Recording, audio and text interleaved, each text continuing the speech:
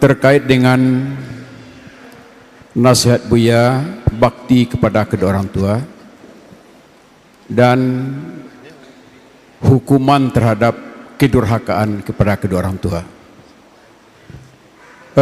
Saat ini kita sudah berusia 65 tahun. Mungkin pernah semasa orang tua kita hidup jengkel kepada beliau karena perlakuan beliau yang menurut kita tidak benar. Tapi setelah kita menjadi orang tua, apalagi sekarang sudah jadi kakek, terasa bahwa itu adalah sebuah dosa.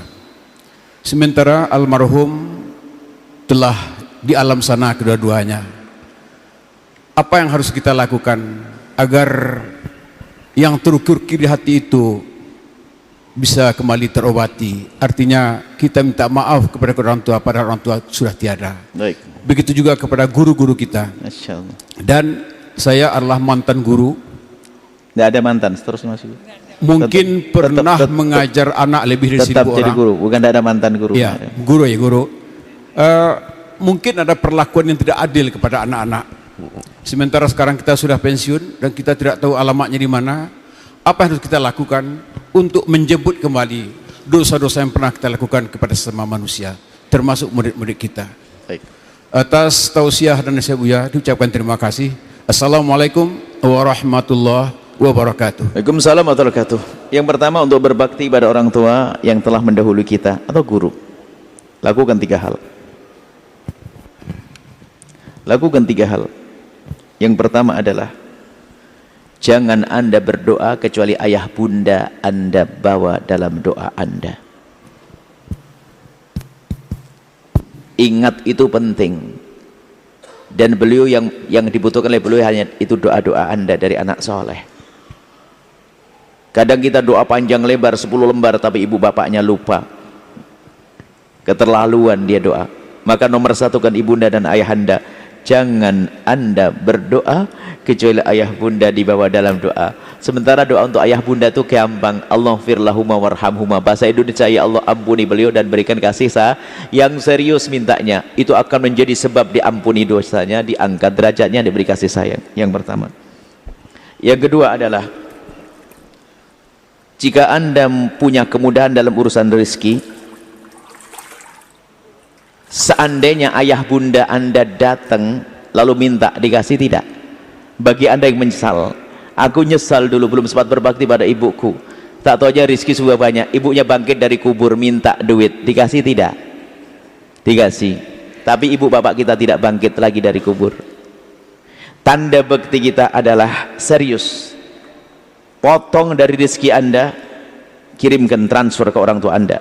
Nggak pakai ATM kan?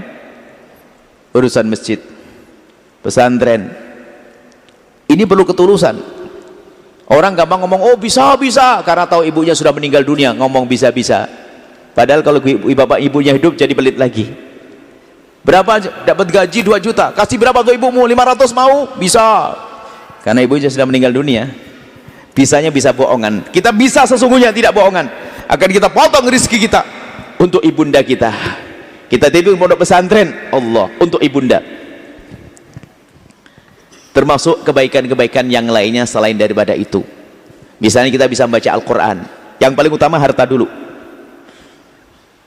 Harta untuk jadi amal yang terus mengalir bagi ibunda dan ayah Anda. Jadi pondok dan sebagainya. Itu tanda bakti.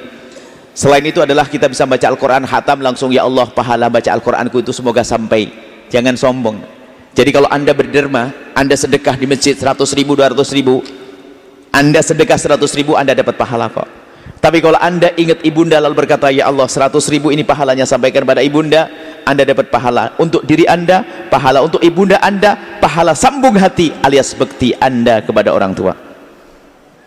Ya. Yang ketiga adalah baik-baiklah dengan orang yang pernah dibaikin oleh orang tua Anda. Sabda Nabi, min abaril birri silatu wuddi abihi, bakti yang sangat bakti adalah Anda sambung silaturahmi dengan orang-orang yang disambung oleh orang tua Anda dulu. Rasulullah mengatakan, wahai Fatimah, dulu ibundamu Khadijah pernah memberikan makan orang di sana. Lanjutkan. Kalau mungkin ibu kita dulu pernah ngasih hadiah sarung ke sana, kita lanjutkan. Kemudian kita lacak, siapa sih kira-kira orang yang paling dibaikin oleh orang tua kita? Jawabnya adalah anak-anak orang tua kita. Siapa dia? Saudara. Makanya kalau ada orang rebut waris saudaranya, dia ahli neraka yang berjalan di atas bumi karena telah melakukan 3 dosa sekaligus. Yang pertama, dosa durhaka kepada orang tua karena nyakiti adiknya. Yang kedua, durhaka mengambil hak saudaranya. Yang ketiga, memutus tali persaudaraan. Itu perebut waris ahli neraka beneran. Maka baik-baik kepada adik ini termasuk bekti pada orang tua. Aku sebagai kakak tertua, adikku jadi anakku. Aku kepada kakakku, dia sebagai ibuku, hormat. Hati-hati, jangan sakiti anak orang tua. Nah, ini diantara cara berbakti pada orang tua yang telah meninggal dunia. Kemudian ada tambahannya tadi, kalau kita bersalah kepada orang yang pernah urusan dengan kita, tapi orangnya nggak ketemu, apakah itu anak, santri, bagus, yang penting kita merasa bersalah. Lalu apa yang hendaknya kita lakukan? Caranya adalah mohonlah ampun kepada Allah untuk ada dan untuk dia.